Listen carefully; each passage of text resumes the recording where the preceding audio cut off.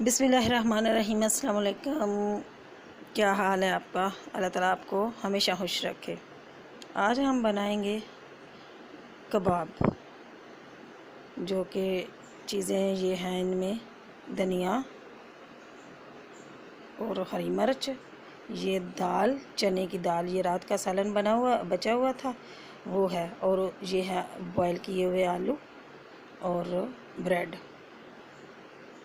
कोई भी चीज़ ज़ाया नहीं करनी चाहिए। ये दाल बची हुई थी, इसमें आलू उबाले और इसके शामी कबाब बनाएंगे। आलू को मैश कर लिया अच्छी तरह से। अब दाल को भी अच्छी तरह से मैश किया हुआ है। अब ये दाल, आलू,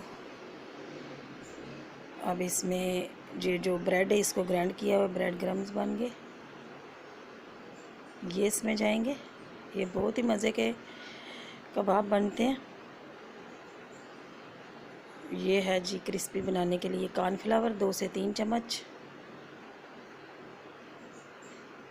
और ये है हरा धनिया बारीक कटा हुआ, और हरी मिर्च और एक लाल मिर्च, इसको चॉप किया हुआ।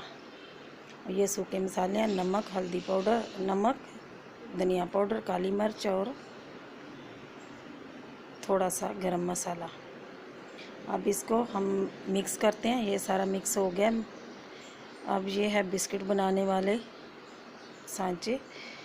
तो अब ये थोड़ा मसाला लेंगे और हाथ में पतला करेंगे और ऊपर इसको रखेंगे, साइडों से निकाल लेंगे। ये बहुत ही अच्छे बिस्किट की तरह कबाब बन जाते हैं। बिस्किट कबाब, दाल के शामी कबाब है। और ये देखें बहुत ही प्यारे। इसी तरह मैं सारे बना के रेडी कर लेती हूँ। ये देखें सारे कबाब मैंने बना लिए, और उधर तवा रख दिया गरम करने के लिए। ऊपर ऑयल रखा है कि ताकि गरम हो जाए।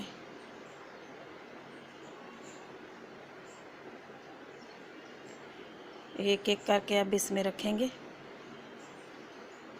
शैलो फ्राई करना है, डीप फ्राई नहीं करना है इसको, और हल्की आंच पे करना है ताकि अंदर हमारा कॉर्नफ्लावर ये पक जाए।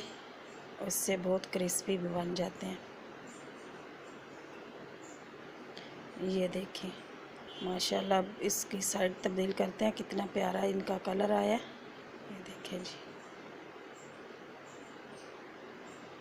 इस तरीके से सारे को हम साइड तब्दील कर लेंगे और 2 से 3 मिनट के लिए पका लेंगे।